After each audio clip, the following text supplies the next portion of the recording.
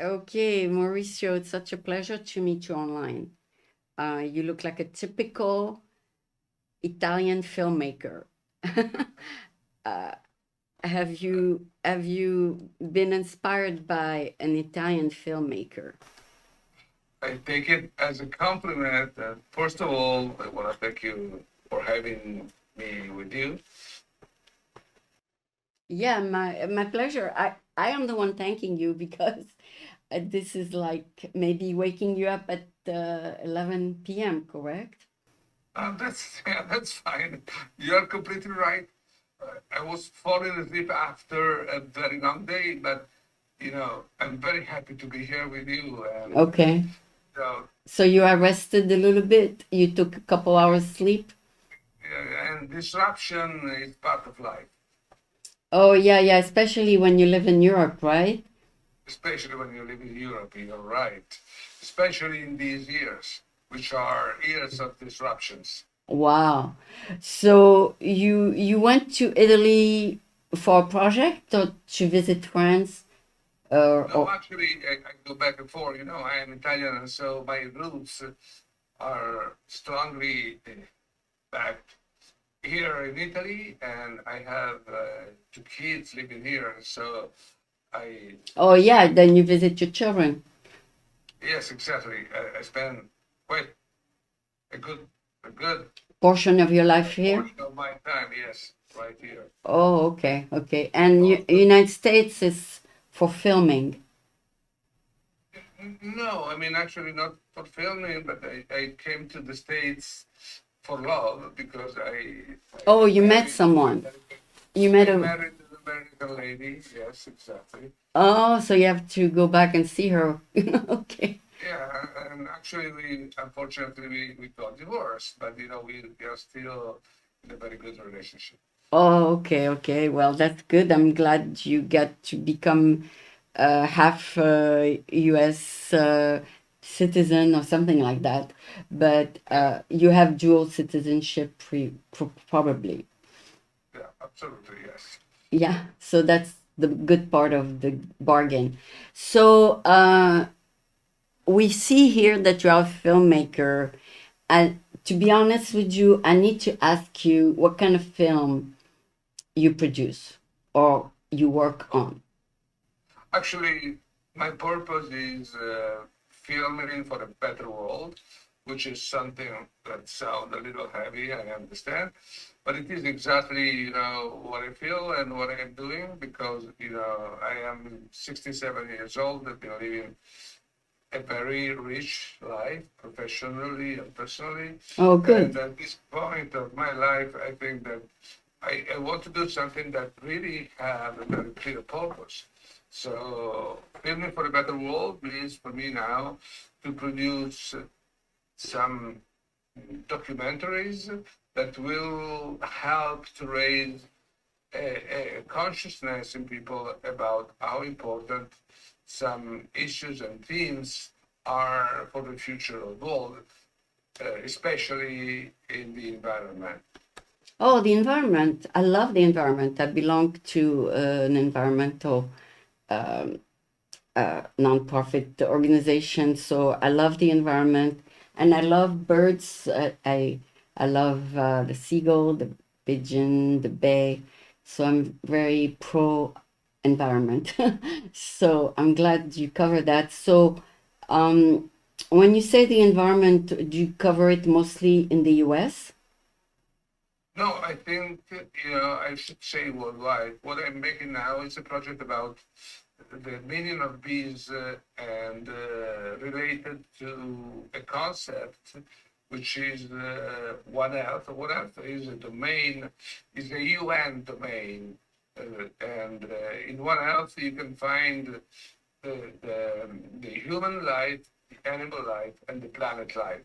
And all of these three things are condensed, in this concept, which is a domain, which is called, you know, uh, uh, uh, what else?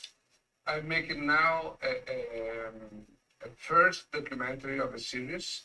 The series will be shot with a collective of directors,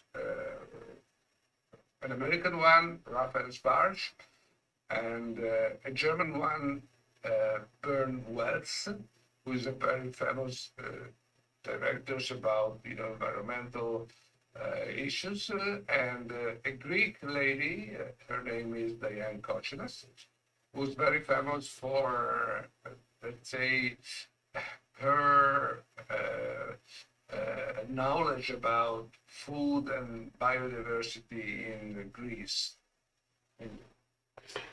Um, I saw, because you mentioned the bees, I saw a filmmaker who put a mini camera on a bee to go inside the tunnel so he can film the bees at work in the tunnel. Have you heard about it? Oh, I I can didn't send see. it to you if you want, but it's like a miniature camera he put on the bee while she travel, like so he can film remotely. Yeah, but what you see from the bees is something pretty much invisible because bees are making a lot of work. Obviously, they in their daily life are producing not only honey, but essentially an harmony that will allow them to survive. Yeah. And behind the bees, if you looked at them very carefully, you can see all the global challenges that this planet is facing. Oh, And that's, the challenge that, I personally have to be able to display, to understand, and to show to a broader audience what it is behind a very simple life, a very simple and little animal, pretty much invisible for most of us, like bees, that somehow contains all the meaning of life. okay. So when you say bees, you go there and you film them at work, correct? No, I don't feel bees. I feel what it is behind bees. You Ah, know, so I feel the work of the people.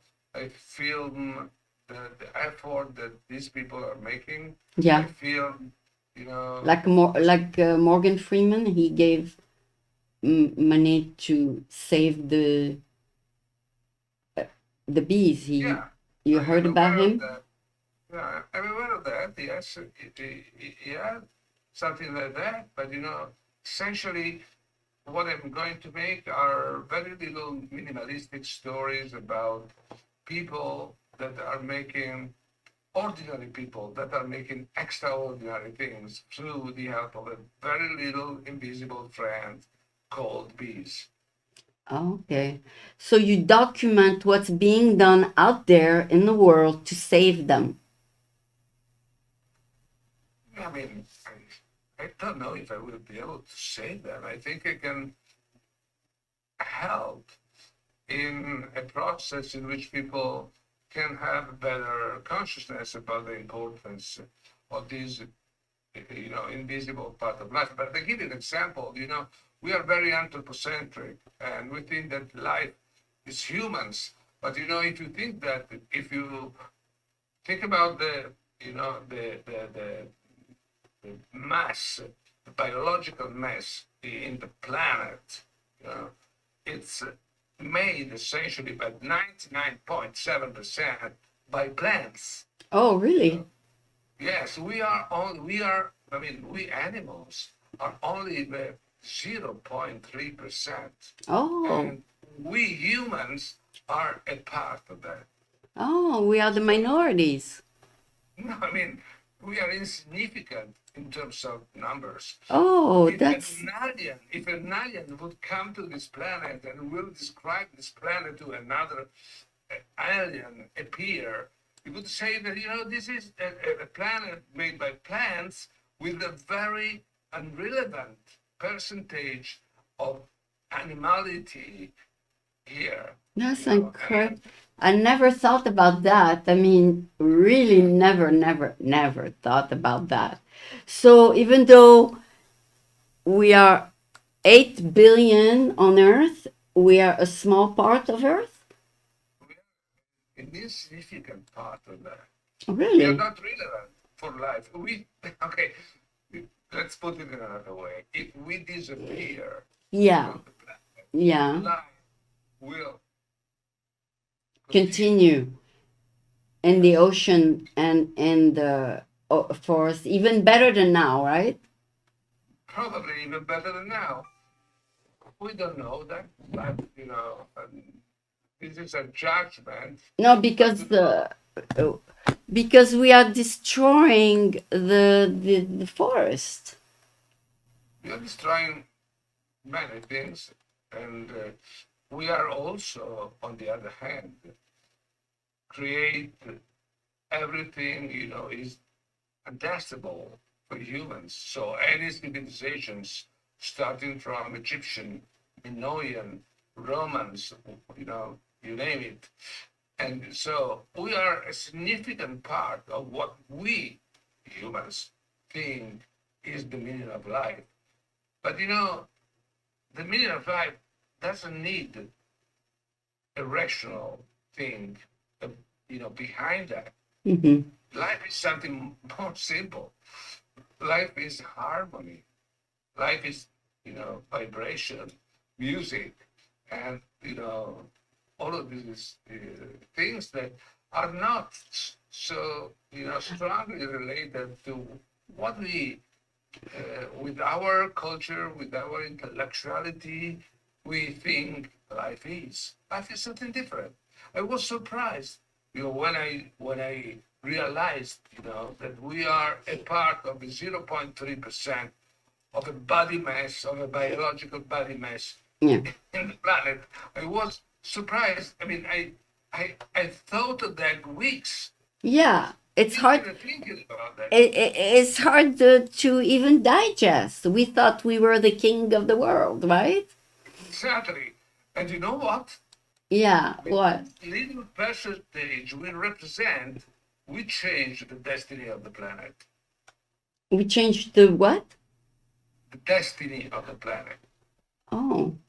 Because But what we are doing actually, you know, has an impact, which is the most important impact that uh, a living being in this planet can have. Fortunately or unfortunately, I don't know that, but it is what it is. is there an organization in Italy for the environment, or it's the same as the one in America? There's the environment conservatory, and there is all kinds of. Are they worldwide, or are they just for America? Those organizations. I mean, you're talking about the regulations that are rolling on for environment. Yeah, are they worldwide, or each country have their own?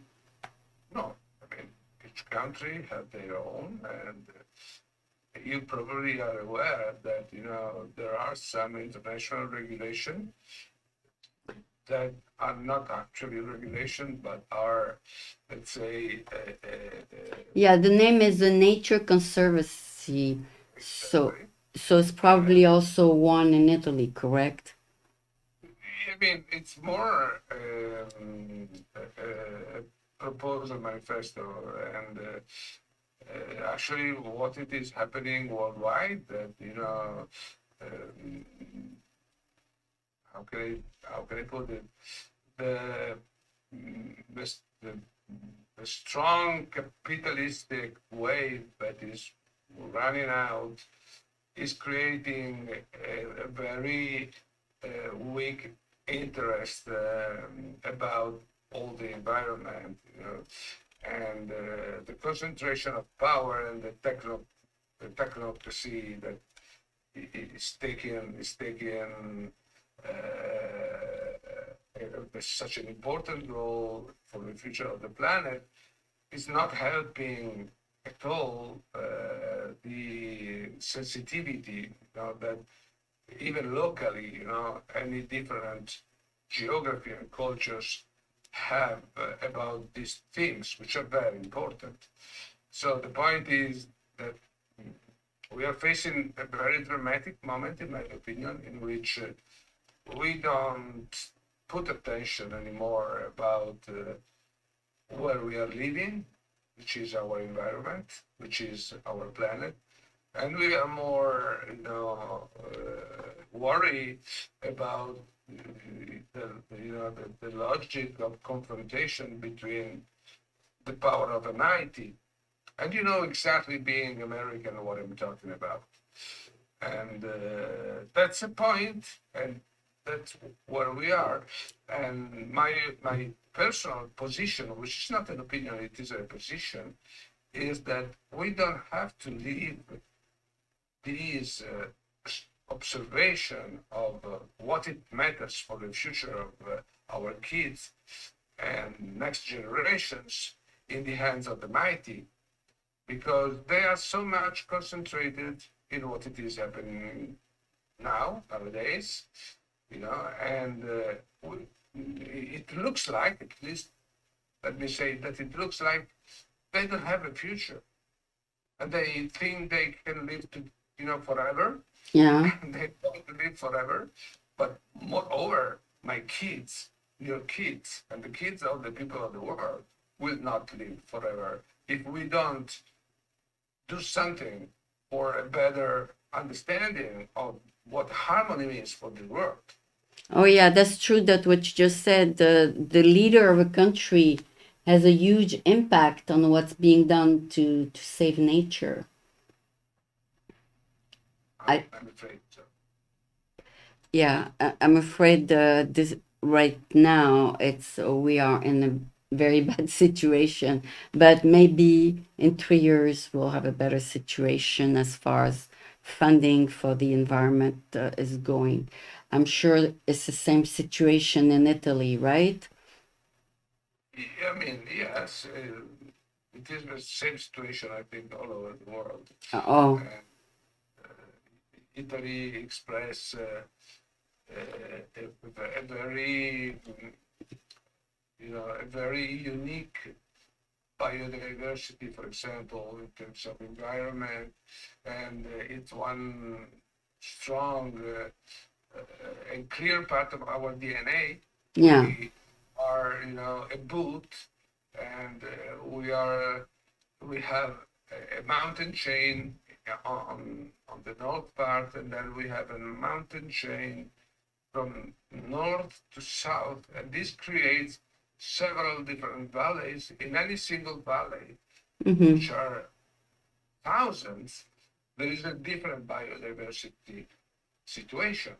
And the biodiversity of our geography um, created a culture of biodiversity. So different people, different habits, different way of understanding food, for example, of eating, of surviving, of socializing, and this, I know very well Italy because I'm Italian, but Italy is an example of what the world is, because this is what it is happening pretty much all over. So the point is how we can understand, the value of diversity, of the biodiversity, of the cultural diversity, and makes this a way to create a better world. And to find an answer to these, especially in these days in which everything is, you know, homogenized, in a in a low cultural level by the digital communication, where everything looks the same, and how we can have an understanding of what it is different and what it is of real value. That's, a question I put in myself. Um, When you said the future generation are at risk of disappearing or not surviving as well as we did, how many generation do scientists see that we can survive at this level of preserving the environment? I mean, I don't have an answer for that. I mean, I've been interviewing some scientists. Yeah, I've been having few different opinion about that. Mostly are very positive, and we, as Darwin uh, indicated us, we are able to evolve ourselves, creating somehow a better a better better version of ourselves. a better version of us in terms of a better, how can I say, technology for surviving. But technology for surviving is only one aspect. We can survive, obviously, but we don't know what we are going to to do, for the destiny of the planet. And in the long term, I think this is what it counts. So in this moment, which is a critical moment, I think we are facing a big challenge, which is the challenge of understanding what it really counts. So what really we have to understand, and how we really have to change our behavior, and what for. What for? I mean, for money, for social equanimity, for the surviving of the humans, Yeah. or what else? That's a question, and I don't have an answer to that. It What is depends. It depends which country you're raised in. If you're raised in the European or American countries, it's for recognition, power, and all that. And the filmmaker, they want recognition and all those stars. On the other hand, in some countries, they just live day to day and they don't look at these things. Just the fact that they survive is good enough for them. Yes, I mean, I I don't know. Surviving is not the driver of satisfaction. Surviving is a necessity that we sometimes have to feel that we are in a secure place, a safe place. But surviving is not happiness, and I think the concept of happiness is very important for a human being, and Yeah. we are all searching happiness, and happiness is not something that uh, we can Define. get without, yeah, without the help of our friends, means without the harmony that we have with all the expression of life that are in the planet. So happiness is harmony, and harmony is happiness. And when I started, this work about bees, I really felt that this invisible little insect is essentially an expression of the balance that all the humans are struggling to reach. Mm. And so my aim is to be able to express that. But humans are also tiny little insects if you look from far away in the universe, right? Absolutely, So absolutely. we are even invisible when you look far away at the earth. I agree. I agree. So Uh, we think we are important in our head, in our dealings. with other human beings, we think we have a title, we have a recognition, we have power, but in the end, if you look far away, we are nobody. No, exactly. There You're is right. no ego in the universe.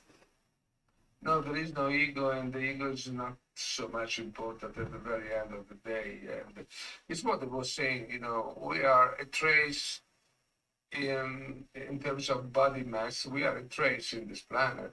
So if you look from a satellite, the Earth, you will see green and blue means Yes, yes. land and water. You don't see the skyscrapers or the humans. No, you don't see a man walking. Oh, You know, yeah. irrelevant. It's irrelevant. Yeah, yeah, we are tiny little insects, like a grain of sand, right? Exactly. Exactly. So Then if we are a grain of sand, or if we are vegetable, whatever you want to compare us to, that mean we reproduce ourselves, and then we come in a different form, like algae and leaves and plants. We reproduce ourselves in different forms, and then we really never die since we reproduce ourselves. yeah, you know, it's interesting what you're saying because I was reading about this Greek philosopher. I'm working with Greece pretty much in this moment, and the philosopher is sorry, I was thinking about the name in this moment because I am a little tired. I Yeah, have no to leave. problem. It doesn't matter his name. What did he say? No, no, I have the name in my mind. Anyway, he was saying that uh, why do we care about death? We don't have any relationship with death.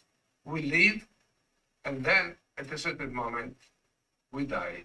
Yeah, And the moment in which we die, we disappear in terms of consciousness. At least we don't know what it is going to happen. But decompose. We decompose. no, I mean, but our consciousness for our intellectuality, Yeah. can perceive it disappear completely when we Does it stop. go in our children?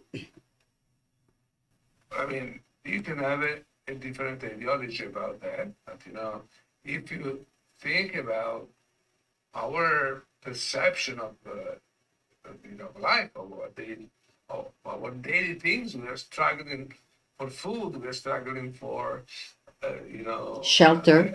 a deal, we are struggling for put gasoline in our car or crossing the street without to be hit by a car. But everything when you die is over, and our consciousness has a very defined end at that certain moment. Then you know we don't have any relationship with that, and we We are uh, living we in prefer not to think about it until we have our last breath, right? exactly. Most of the time, we avoid even thinking about it. Actually, the philosopher is Epicuro, and is very well known for the sense of enjoying life. And Epicuro was saying this, also relating that to the sense of the pain in life that for the humans is a very clear part of our existence. And he was saying that why do you care about the pain? The pain is a very simple and daily, experience that we have. But the pain is something that you can stand, and when you cannot stand it, it's going to be short because or it goes away or you die. So why do you care about pain? Pain will bleed either way or in the other. And I think that's genius. It's gonna live in the other life anyway, right? Yeah, I mean, Oh, that I never thought about it this way. Like the only way to get rid of pain is just to end life, maybe. But just like people who spend their life making other people laugh, and then they kill themselves because they say that's enough for me. Yeah. Like You know, like Robin Williams. yeah. They spend. We think they're happy because they make people laugh, and then they say, "No, I don't need to be part of this. Goodbye." Oh, exactly. And at that time they didn't have very, let's say, sophisticated medicine, and so probably when you had a very strong pain, you will be ended in dying in a short time. So the perception of that philosopher, something like 2,000 years ago, was different. Yeah, but I get really shocked when I see in the news, like today, there was a 17-year-old who committed suicide for harassment on the Okay. internet, and then in France, and then the day before, it was um, a peasant who killed himself because he doesn't agree with the way they handle his hard work. So, like, this is the fourth one this year who committed suicide. And when I look at them, I see, oh my God, they're so beautiful. Why would they do that? They can look for another solution to stay happy and on this earth. There's no way I could understand it. There are people who stay on this earth and they have all kinds of problem and suffering or on wheelchair, and other people, they are beautiful and they don't want to be part of it. It's and it's something I don't understand yet. I don't either. And I never understood suicide personally. And suicide, what I understand about suicide, it is related to our existential understanding of the meaning of our personal life as individual. Oh, So it's basically not facing pain. They want to end the pain. yeah, yeah, but I tell you, it's so far from what I can understand that I, it terrorized me. It's I don't understand it. I mean, I try to understand, but I don't. I mean, there's no, always something inside of you that says, even in your darkest moment, don't do it. There's a voice inside of you that would say, if you have any conscious that say, don't do it, right? But some people do it anyway. yeah, there is a dark side. There's a dark side there. Yeah, there is a dark side in the life of everybody probably, and sometimes this dark side takes the power. Yeah, they take over the happy side, the good side of life. They cannot see the good side of life while they are in the dark life. Yeah, it's anyway. It's very talking about suicide is very complicated, and I didn't. Over the years, you have worked on environment. Have you worked on any other issue? Oh yes, I mean I've been working on food, and I made a documentary called The Great Italian about an Italian chef, a very innovative Italian chef. I think he was the father of a contemporary Italian cuisine. His name is Gualtiero Marchesi, and the movie is on Prime, actually. The title is The Great Italian. Oh, wow.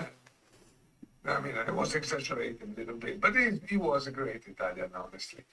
And he changed completely the perception of not only the perception, but the reality of the Italian cuisine, transforming the regional cuisine in the international contemporary cuisine, which is nowadays the Italian way of cooking. And you know, we had been having hundreds of layers of history in how we cook. Then, during the 70s and 80s, all the world changed, and these guys understood pretty much how the drivers of this change were going, and it put that in the table of the people, in the table of this restaurant first, and then in the table of the people, and transforming totally and in a complete way the Italian cuisine from a regional cuisine to an international cuisine. Oh, and you met him in person and ate his food?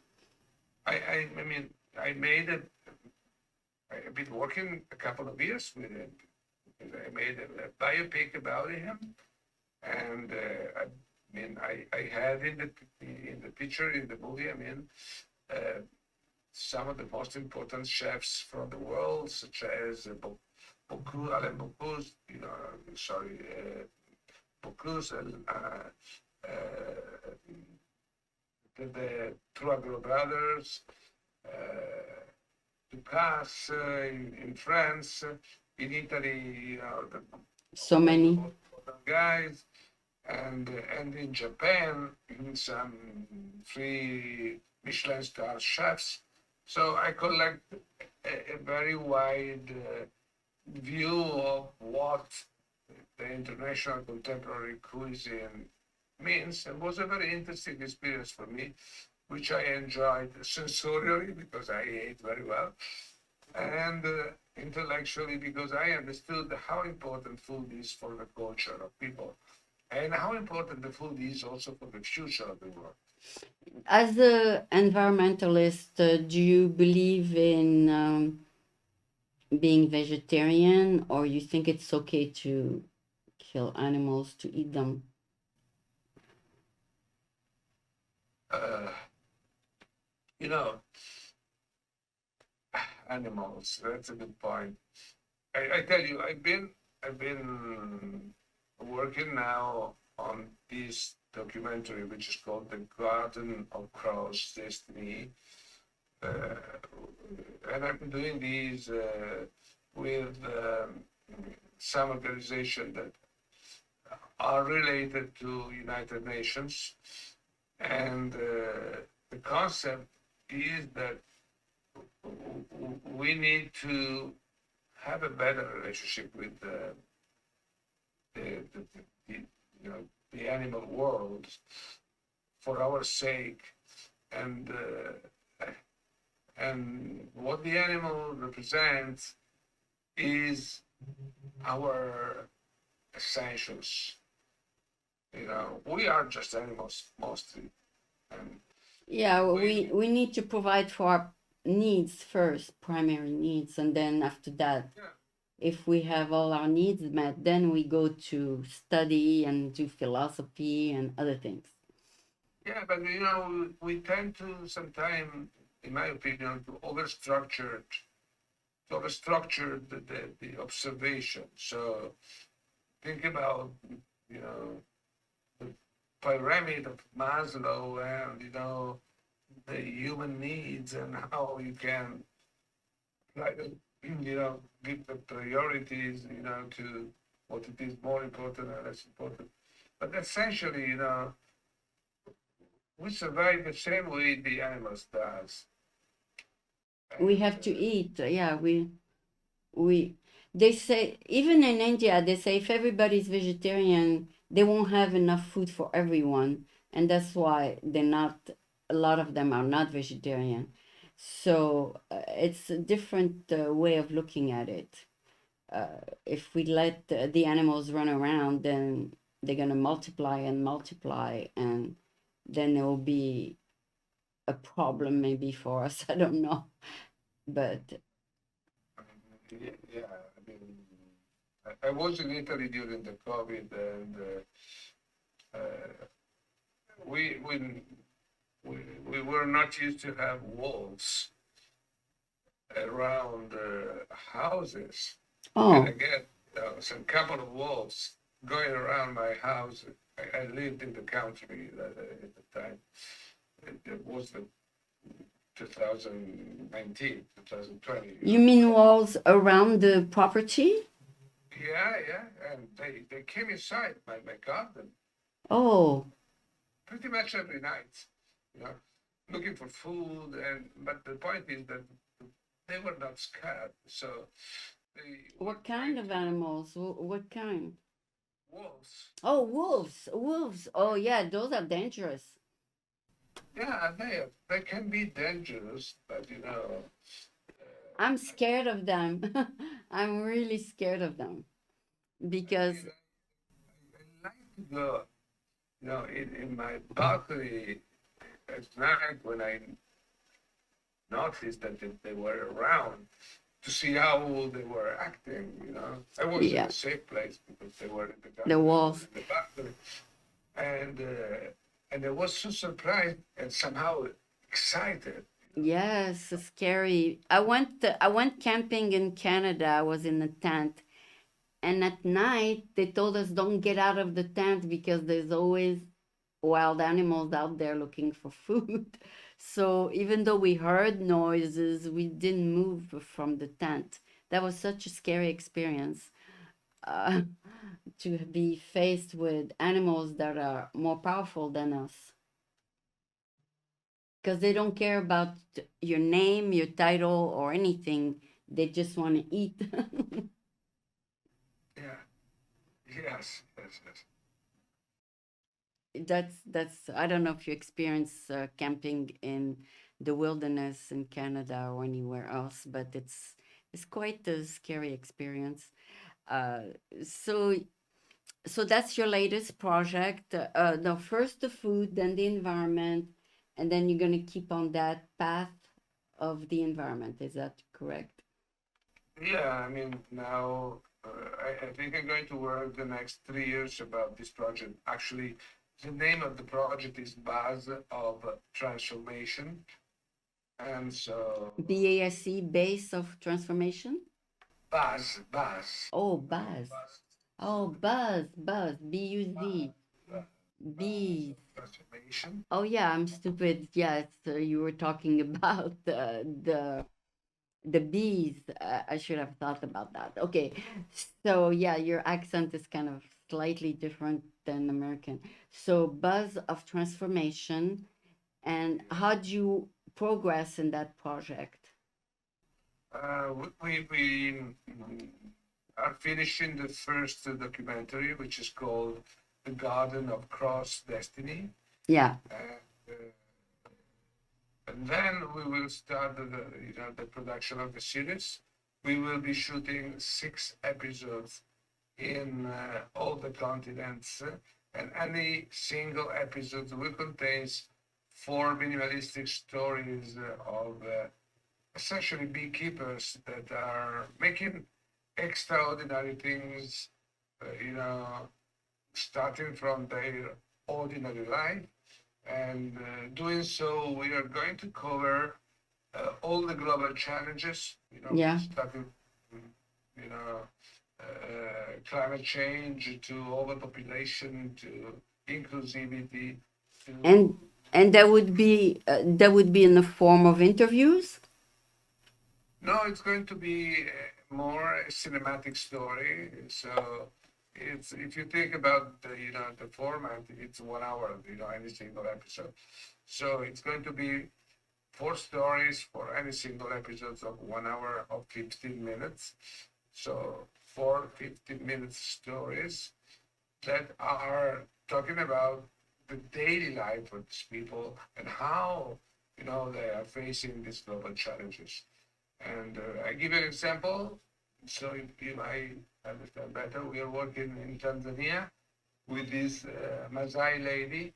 The Masai women in Tanzania never had to work in the past because their social organization was essentially based on the capacity of man to provide food through goats and essentially and cows.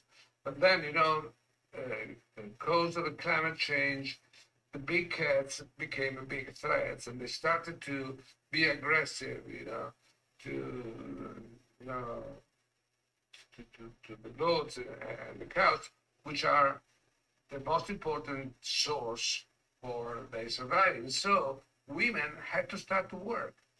And this lady started to essentially uh, have some hives and produce some honey to put Oh, food on the table. oh, And that's a good idea. Yeah, yeah. so this had three aspects, essentially climate change and the meaning of climate change and the impact of climate change, the role of women and how, all of these, social and environmental, change can have an impact in the role of women and the capability of adaptation of a society, a very old and ancient society like by the Maasai society, to accept a capability, to accept a change, a social change in which women can have a different role. So this is a story. It's a 15-minute story of four stories that will talk about, the African continent. Yeah, I don't yeah. know whether some other stories. Yeah, in Africa, the role of the woman is at home to raise kids. And Yeah, yeah, and then European tell them, no, that's not the right role for you. You should go out there and work and leave your kids with a babysitter. That doesn't sound right, does it?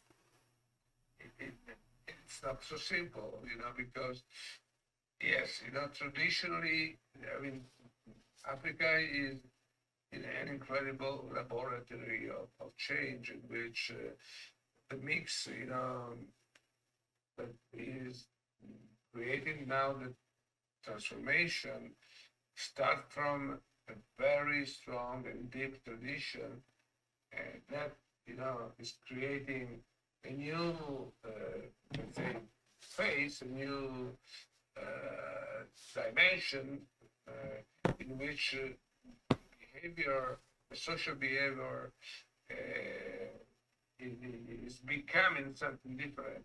But whatever it is, what it is happening now, the back root are so important and strongly rooted, that it's very difficult to express it in short term, So, yeah, things are changing and things are changing for the role of women also because some external factors that are conditioning very much the capability of surviving of the people, which are very many, very different, and geographically, you know, diverse. In this such a big country that is creating a map of. What it is interesting in this that it is a laboratory of transformation. Yeah.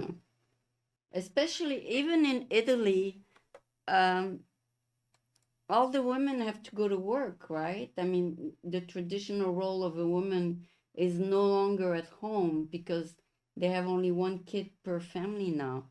So it's very limited for women now. Yeah, that's a good point. But it's a still is a very complicated situation. Yes, I mean we are facing a moment in which the social change are Pushing women out the door. not not only women, but I would say that most critical, the most critical part of this of our society are youth. The young people are suffering very much. We don't have a balanced economy. So the problem is that the cost of life is very high, and the work in Italy not always actually very rarely provide enough money to have uh, Only one person working, yeah, very rarely. a family. The point is this: to have a family. So on the hand, we have a wave which is led, by our contemporary politician, which is supporting our traditional values. On the other hand, our society is not able to support the traditional value, which is based Exactly. on family. Yeah. Unless, Because although in Italy you have the Pope and Catholics pushing a little bit for more birth, but he's not giving the money, he's just giving his opinion.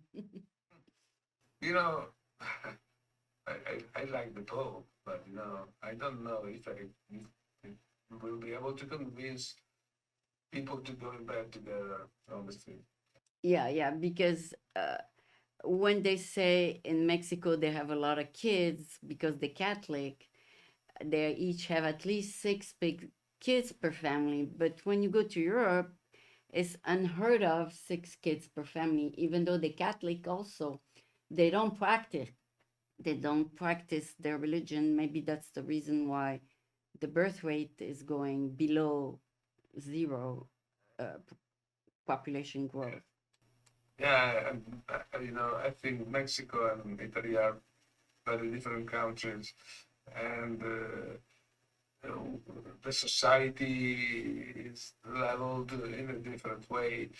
So Yeah, I don't think we are.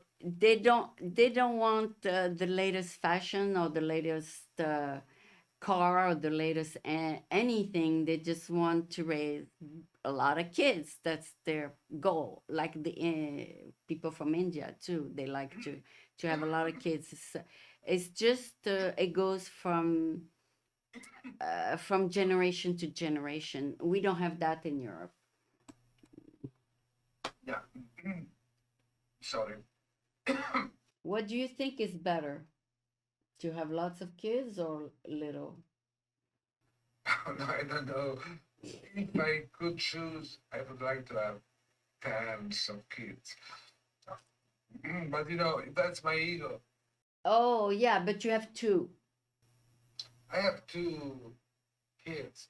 Yes. Yeah, but a lot of rich people think there's not enough people on the earth and we should have more. Sorry, I need to drink some water. No, I was saying rich people like Elon Musk think there's not enough people on the earth, and he has 13 kids now, but because he can afford them, I don't know if he can tell you or me to have 13 kids. I mean, if you think about Italy, for example, 100 years ago, when, let's say before the Industrial Revolution, where agriculture were mostly the main source of surviving, the kids started to work then when they were 5, 6 years old, and That's right. Yeah, 12 years provide old. Yes. provide for their own food, Yeah, and I've seen it. I've seen it. Kids 6 years old go to work. yeah. So you had the field, you had the family, and the bigger the family, the bigger the field, and so essentially, was somehow easier. Now it's a little more complicated because after the industrial revolution, there has been let's say the digital revolution and the creation of value and how we share value is very very different. And so Italy, which is essentially a country in which we live a global life, like probably in the old Western world at least, and not only, the difference between how people are making, surviving and the lifestyle they have is very big, and this is creating very many difficulties for the young generation. They don't have, at least for what I see, enough money to project themselves in a challenging future of satisfaction. Yeah. Yeah, I've seen it. I mean, maybe, I mean, they value, of course, education to move ahead in the world, but that's not enough. Even people who are very educated have hard time making ends meet. Um, in Europe, I'm talking about, not in. But let me back to filmmaking because I think I'd like to close with that. You know, filmmaking is a great opportunity to express good willing, and especially, you know, I am an independent filmmaker. I don't I don't have any relationship with broadcaster, with any OTT. I produce myself my things. When you said, excuse me, when you said you had 6 episodes, they're not for a broadcaster, like a TV station? No, no, that's what I'm saying. I am producing first, and then I distribute what I produce. So Okay. this means that I am totally independent in what I'm doing. In Then you will present it to a TV station. Yeah, I mean, then I will sell it, not only present it, but hopefully sell it to a TV station, to a broadcaster, to an OTT platform, to whatever it is going to be the future of distribution. You know, the future of distribution is changing every day a lot. I mean, every week something new it is happening, you know. So what I'm producing now and tendency the time span of the production is pretty long. So when I will be ready with my 6 episodes, the scenario of distribution will be very different from what it is now. So I will be able to understand what I'm going to do with that only when I finish my Oh, I see, I see. production. Well, that's a And good point. I was just gonna ask you about that, and then you brought it up. That's good. So, yeah, so you wait for the 6 episode to be completed before you broadcast it. yes, exactly. But you know, on a hand, this is very important to save the value of production. But on the other hand, you need to raise quite a good money to produce a series that will be shot in in all the continents. So how do you make it feasible? That's a Yeah, big challenge. do you have a sponsor or someone who is advancing the funds for you to do it? I mean, yes, I'm working on a platform of believers like me, Okay. which are corporation, which are institution, that I'm thinking that you know it is possible to make film, to create a contribution for a better world. And so we are raising funds, which are important funds also, to produce this compelling series, you know, through, let's say, the help of goodwill and people. Yeah, feel free to use part of this recording to present your project. I mean, maybe the end of it where you talk about the funding, or part of it where you talk about, the buzz project. So you are welcome to use any part of it for your own purposes. Thank you. And I can send you a trailer if you want. Yeah, I can put it on the show, yes. And then Great. I will broadcast it on channel 29 here in San Francisco. And the station is broadcast simultaneously on the internet. Well, thank you very much. You've been so kind. And I hope you're going to cut some of the stupidity I said. Yeah, And I'm really grateful for your attention. yeah, And tomorrow morning, I'm gonna send you the trailer yeah. of what I did, and so be free of using it the way you want.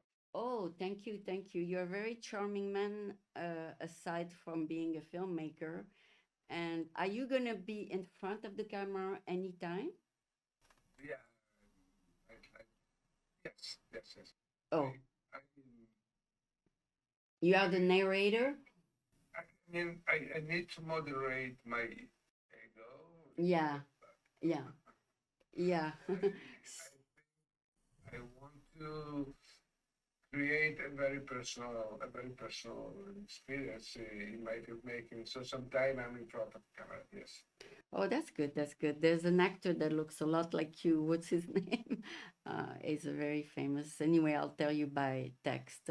But anyway, you've been more than gracious to accept my invitation, and I will forward you the recording, and I'm sure you recorded it as well. So I wanted to thank you again, and you have a better, good night now. Oh, thank you very much. Thank you. Good day to you. I appreciate your effort for you to come and do it today. Thank you.